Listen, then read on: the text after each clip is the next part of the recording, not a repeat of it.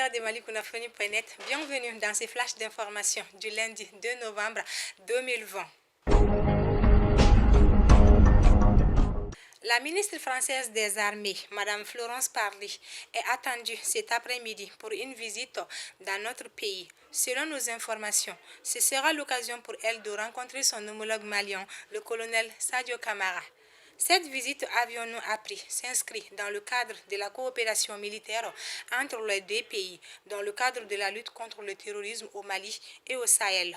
Rappelons que depuis 2013, avec l'opération Serval, puis la force Barkhane, la France s'est engagée résolument auprès du Mali dans des opérations antiterroristes.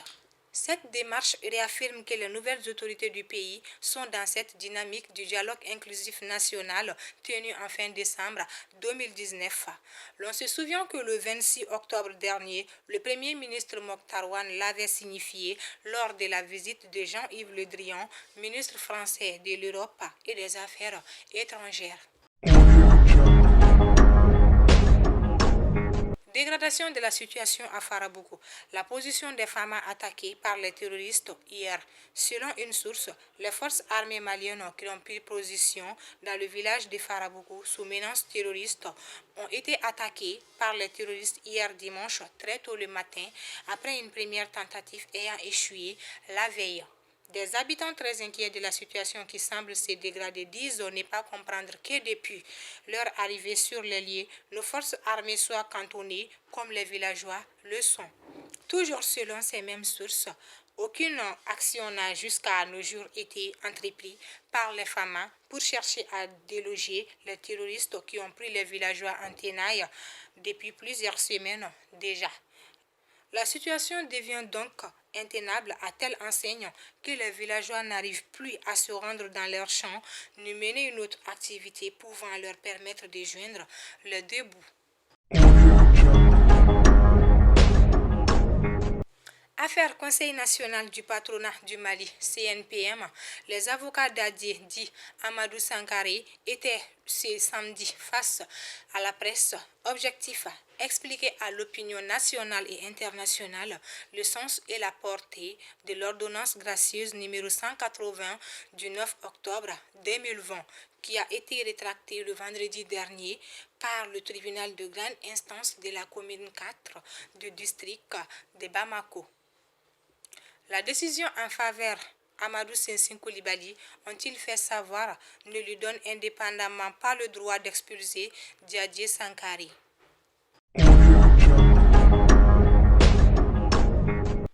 Suite à la décision des responsables des différentes structures de l'université et des grandes écoles de dissoudre l'Association des élèves et étudiants du Mali, l'AEM, certaines voix de la société s'y opposent.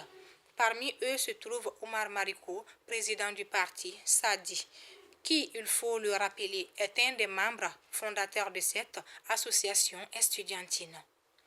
Monsieur Mariko, qui plaide pour l'existence de l'AEM, avancerait la thèse de ce que cette association a été créée pour défendre l'intérêt des élèves et étudiants du Mali. Il dira que l'AEM n'a pas été créée pour des fins politiques, mais plutôt pour défendre des causes des élèves et étudiants maliens.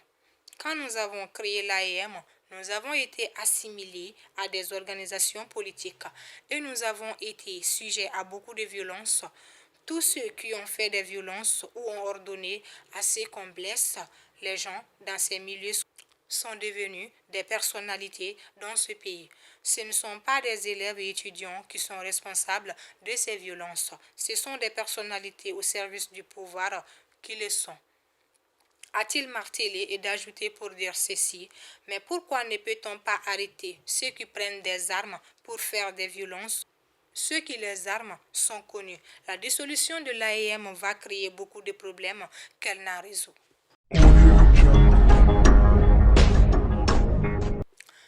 Le samedi dernier, le département américain de la Défense a annoncé la libération de l'ex-otage américain.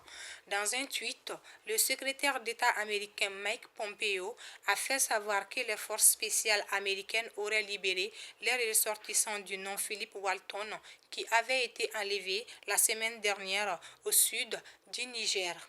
Aussitôt après sa libération, Donald Trump, le président américain, qui se trouve en pleine campagne électorale, a lui aussi dans un tweet a félicité les forces spéciales de son pays pour ce qu'il a qualifié d'une grande victoire. Grâce à leur professionnalisme, aucun membre des forces américaines n'aurait été blessé lors de l'opération de libération de l'ex-otage Philippe Walton, qui se trouvait actuellement en bonne santé et a retrouvé sa famille.